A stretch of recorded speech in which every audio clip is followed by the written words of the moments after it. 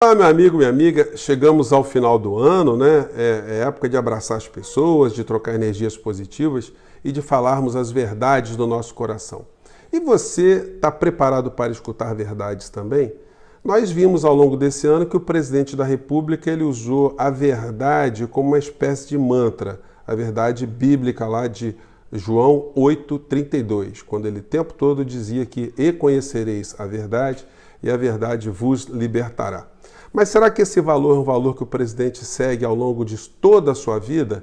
E são esses os valores que ele sempre colocou na casa dele? Eu pergunto a você, você escutou dos seus pais em algum momento que só ia para frente quem roubasse, quem fizesse coisas erradas, quem sonegasse, porque senão você não sobreviveria? São esses valores que você passa para os seus filhos, para as pessoas que você ama, para as pessoas que você quer bem? Bom, vamos ver aqui como foram criados os filhos do presidente Bolsonaro e se isso explica algumas confusões que estão acontecendo agora. Eu não estou acusando ninguém, eu apenas estou jogando um pouco mais de luz sobre algumas questões, porque esse é um papel de quem é jornalista, quem está observando a vida política, e é a responsabilidade e obrigação dos servidores públicos, sobretudo aqueles que têm mandatos eletivos, que se elegeram com a boa vontade e com a fé do cidadão. Vamos analisar algumas questões aqui e por que essas questões não foram muito explicitadas no período eleitoral. Primeiro aqui uma frase do presidente numa entrevista de 1999. Vamos lá. Não vamos chegar a lugar nenhum. E a cúpula está aí. Todo mundo viajando com o com um salário de R$5.000 líquido por mês. Eu não consigo nem ir para o Paraguai xará com meu salário. Não dá. Aí o presidente Bolsonaro, então deputado federal Bolsonaro, ele dizia ter um vencimento em torno de R$5.000 e por isso não permitia que ele sequer conhecesse o país irmão, o Paraguai. Vamos ver outro trecho aqui da entrevista do presidente sobre alguns valores éticos e morais dele. Vamos lá. Ele sabe de tudo. Ele sabe. Poucos somos nós aqui que estamos pagando imposto aqui embaixo. Inclusive, xará, conselho meu e eu faço. Eu sonego tudo que for possível. Se eu puder não pagar o negócio na fiscal, eu não pago. Que o dinheiro vai pro ralo, vai pra sacanagem. Você, para reformar um emissário aqui, 30 milhões, tu pega dinheiro lá fora. O dinheiro que entra aqui só vai pro ralo. Agora, se vai para pagar juros das dívidas externas, para banqueiro, tá na cara que a cúpula, a elite brasileira, aplica lá fora. Não é desobediência civil que o senhor está... Eu prego sobrevivência. Sobrevivência. Se você for pagar tudo o que o governo pede para você, você não sobrevive. Porque logo se precisar de um médico, você não tem o dinheiro, você vai para a rede pública, né? Gente, eu deixo para sua reflexão. É possível o presidente da República, então um homem de 40 anos, 41 anos, naquela época, ele ter dois tipos de discurso, um discurso para televisão, em casa ele falar coisas completamente diferentes, dizer para os filhos assim, ó filho, papai estava brincando, tá? Vamos todo mundo ser ético, ser moral, ninguém vai fazer coisa errada não, tá? E o que explica os filhos terem se seduzido por essa vida pública? O presidente que na época tinha R$5.000 de salário, né? Decorridos 20 anos, ele teve um crescimento patrimonial bastante invejável. Só para a gente fazer aqui algumas considerações, entre o patrimônio declarado pelo presidente Bolsonaro e o patrimônio declarado pelo seu vice, há uma discrepância gigantesca.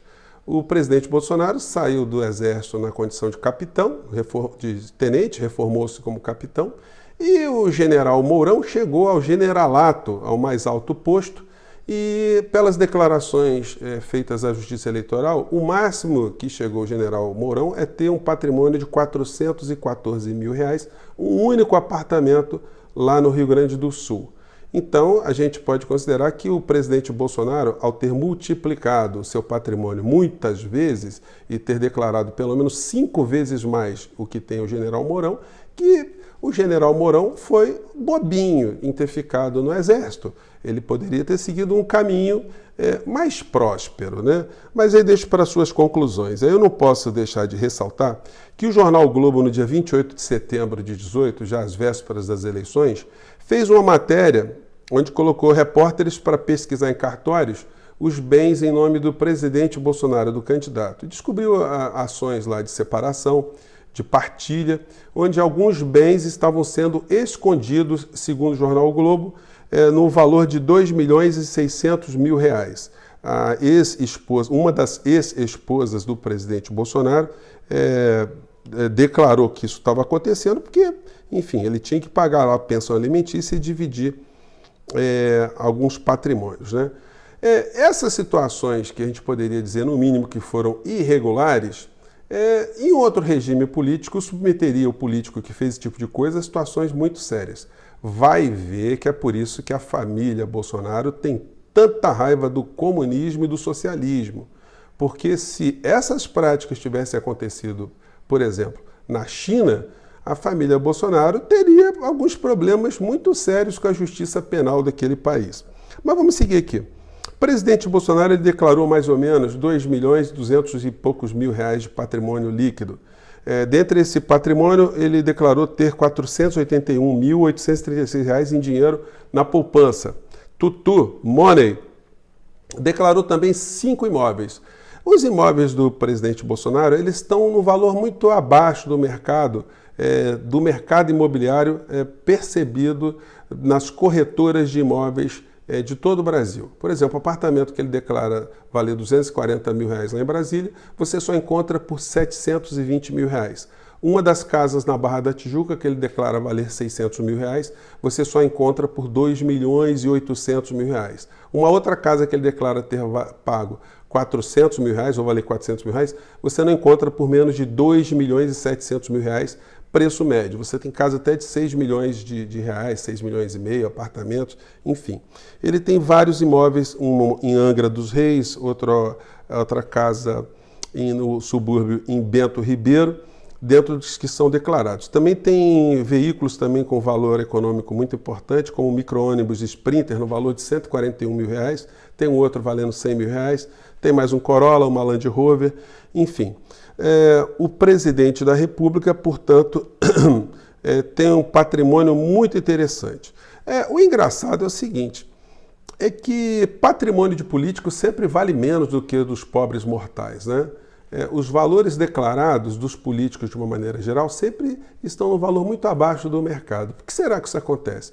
Que isso aconteça na vida de pessoas privadas, pessoas físicas, não é uma coisa desconhecida, porque muitas pessoas em transações de imóveis colocam um valor menor para pagarem menos impostos. Isso está irregular, isso é ilícito também. Mas, em se tratando de um homem público, isso é uma coisa criminosa que não pode ser tolerada. E por que os meios de comunicação não abordaram essa questão em profundidade? Por uma razão muito simples. O Bolsonaro estava se viabilizando como um virtual vencedor das eleições e um grande oponente a qualquer força de esquerda. Fosse quem fosse o candidato da esquerda que fosse para o segundo turno contra ele. Então, os meios de comunicação simplesmente se silenciaram em relação a essa questão. Fizeram matéria sobre o crescimento patrimonial do presidente Bolsonaro, mas não esmiuçaram isso nos telejornais, no Fantástico, no Jornal Nacional, não repercutiram, não foram lá, não mostraram imagens, não consultaram corretores de imóveis, moradores vizinhos, nada. Ele foi absolutamente preservado porque ele já estava trazendo na sua mochila o então político, que não se assumia como tal, né, Paulo Guedes, que está comandando a política econômica do Brasil ao gosto dos grandes grupos econômicos, financeiros, as oligarquias familiares no Brasil e as pessoas que estão ajudando o nosso país durante tantas décadas a permanecer como uma grande colônia. Então, eles foram cúmplices nessa história. Eles batem no Bolsonaro muito mais pelos aspectos pessoais e muito menos pelos aspectos políticos, porque para eles o Bolsonaro está até atrapalhando, porque a área econômica nunca foi tão promissora para quem está roubando um país de terceiro mundo como o nosso país. Bom, e os filhos do presidente Bolsonaro, que tinham a época da entrevista que ele deu, como eu disse a vocês, entre 15 e 18 anos, 15, 17 e 18 anos, também tiveram uma vida patrimonial muito eficiente. Todos eles têm também vários imóveis. O Flávio Bolsonaro, que está no olho do furacão, ele tinha 18 anos quando o presidente dizia essas coisas na televisão, declarou à Justiça Eleitoral ter um patrimônio de R$ 1.741.000 e 50% da loja de chocolate. no valor de R$50 mil apenas. Eu vou colocar os links todos para vocês darem uma checada, tá, gente? As declarações da Justiça Eleitoral, enfim, aqui não tem nenhuma reportagem investigativa, apenas a gente consegue pegar essas questões na internet e nos sites públicos de uma maneira geral. O Flávio Bolsonaro também ele tinha, à época da Justiça Eleitoral dessa declaração, investimentos da ordem de R$558 mil. Já Eduardo, um dos outros filhos, tem 2 apartamentos, um declarado de R$900 mil, o outro em Copacabana, apenas de R$206 mil, na rua Santa Clara. Também o pessoal consegue comprar imóvel baratinho, né? E o detalhe é que ele é deputado federal por São Paulo. E 2 imóveis dele são no Rio de Janeiro. Isso aí se explica porque, dentro do padrão ético da família, eles, como Bolsonaro disputava as eleições como deputado federal no Rio de Janeiro e queria colocar mais um filho dentro da política, então o filho se inscreveu eleitoralmente lá por São Paulo e se elegeu em São Paulo, mas ele não tem vida nenhuma em São Paulo. Isso aí é uma coisa ilegal? Não, ilegal eu acho que é difícil a gente conseguir materializar isso. Mas, no mínimo, é uma infração de ordem ética, de ordem moral. Você eleger com os votos dos cidadãos de um Estado e você ter a sua vida afetiva, a sua vida profissional, sua vida familiar toda em outro canto, né? Os 3 filhos do presidente, então, eles têm muito talento para comércio, para administrar imóveis e para movimentar dinheiro em espécie. Na cafeteria lá do Flávio Bolsonaro, o Ministério Público aponta que 35% do movimento da loja se dá em dinheiro vivo. Eu acho a coisa muito curiosa. Você que é comerciante no Brasil inteiro, você normalmente não tem mais do que 5% de dinheiro movimentado em sua loja de varejo. No entanto, lá na loja do filho do presidente, é só dinheiro em espécie.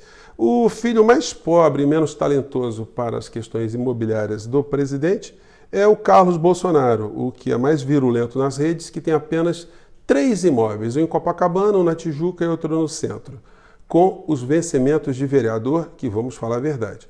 O vereador hoje deve estar ganhando no máximo uns 15, 16 mil reais. Ele também conseguiu desdobrar esse patrimônio, esses vencimentos dele, de uma forma muito eficiente. Mas a família é essa coisa toda que nós estamos vendo no cotidiano. Gente, não levem a mal, vocês são bolsonaristas, mas eu acho que é importante a gente saber como se comportava aquele que é o presidente da República, quais são os seus valores, se ele mudou radicalmente, se ele pensa de forma diferente, e se isso é uma coisa menor porque ele estaria fazendo muito bem ao Brasil. Eu acho o contrário, eu acho que ele está fazendo muito mal ao Brasil, eu acho que, inclusive, que ele é uma figura descartável, os meios de comunicação, os grandes grupos econômicos, eles estão apenas dando mais tempo para as reformas irem passando, para eles poderem fazer grandes negócios, e numa eventualidade, se entrar o Mourão, estará tudo pacificado também, desde que Mourão também não faça nenhuma mudança na política econômica do nosso país.